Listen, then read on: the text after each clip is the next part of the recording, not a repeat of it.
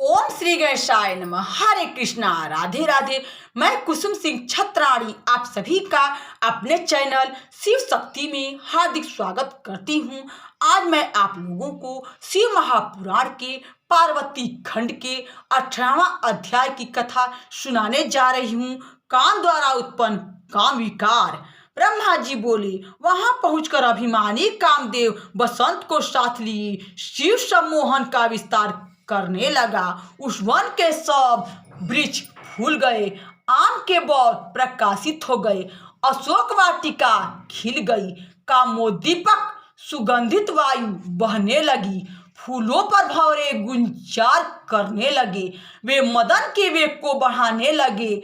आम्र वृक्ष की डालियों पर बैठी कोकिलाओं का मधुर शब्द होने लगा। इस प्रकार बसंत मुनियों को प्रेरित करने लगा, जिसका काम विस्तार वनवासी मुनियों को भी असह्य हुआ। अचेतकों को भी काम की इच्छा हुई और सचेतकों की तो बात ही क्या है। बसंत का दूसरा प्रभाव फैला, सब में काम का उद्दीपन हुआ। तब असमय में भी बसंत का आगमन देख भगवान शंकर को बड़ा आश्चर्य हुआ, परंतु वे पूर्वत अपनी तपस्या में फिर लीन हो गए। तब रति सहित कामदेव आम्र बाण चढ़ाकर शिव के वाम भाग में जा बैठा। श्रृंगार भी अपने गौड़ों सहित शिव जी के समीप स्थित हुआ। मनोज होते हुए भी कामदेव शिव जी के बाहर भी उनका कोई छिद्र देखने के लिए खड़ा रहा, परंतु उनमें ऐसा कोई भी दोष न पाया जिससे वह उनमें प्रवेश करता। इससे वह बहुत भयभीत हो गया और सामने से हट भी न सका। इसी समय पार्वती जी बहुत से फल लेकर शंकर जी की पूजा करने आई। उनके रूप सौंदर्य का वर्णन नहीं हो सकता, मानव सौंदर्य से परे की बात है। सैकड़ों वर्षों में भी कोई उनके सौंदर्य को नहीं कह सकता। पार्वती जी के पहुंचते ही शंकर जी ने क्षण भर के लिए अपना ध्यान त्याग दिया और एक क्षण के लिए वहां स्थित हो गए।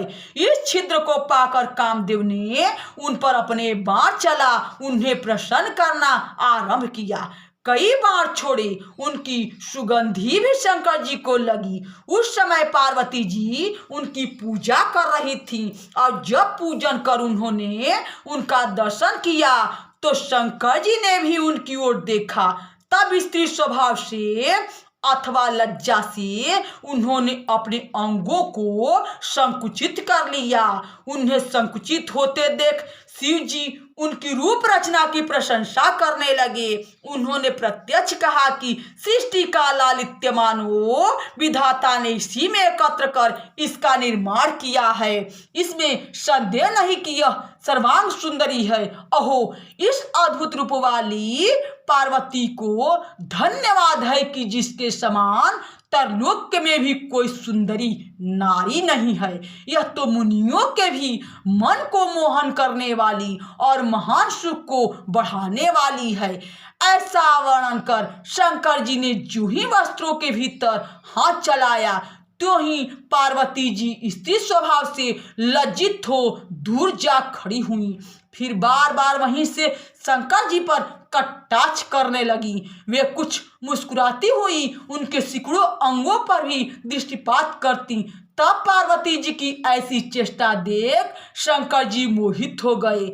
उन्होंने कहा, जब इसके दर्शन से ही महान आनंद होता है तब आलिंगन से सुख की सीमा नहीं होगी।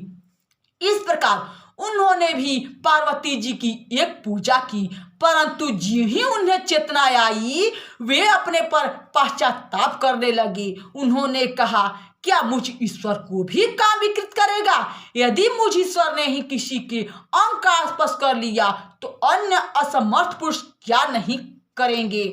ऐसा कह वह वैराग्य को प्राप्त हो पार्वती जी के प्रियंक आसादन से विरत हो गए। सर्वात्मा परेश कहीं पतित नहीं हो सकते। यहाँ शिव महापुराण के पार्वती खंड के 18वां अध्याय की कथा समाप्त हुई। बोलो शंकर भगवान की जय। हरे कृष्णा।